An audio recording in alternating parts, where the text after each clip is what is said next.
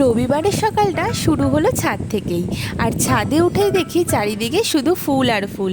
আমাদের ছাদে এমনিতে অনেক ফুল গাছ আছে, আর এখন প্রায় সব গাছে সুন্দর সুন্দর ফুল ফুটে রয়েছে। সকাল সকাল এত ফুল একসাথে দেখে মনটা একদমই ভালো হয়ে গেল।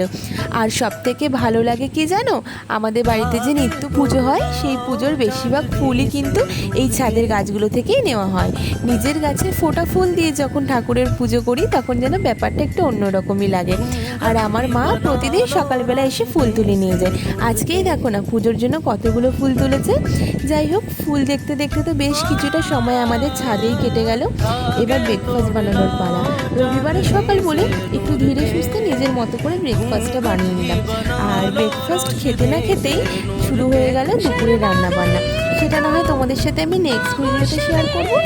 আবার দেখা হবে তোমাদের সাথে নতুন গল্প নিয়ে। ততক্ষণ সবাই খুব ভালো থেকো, টাটা।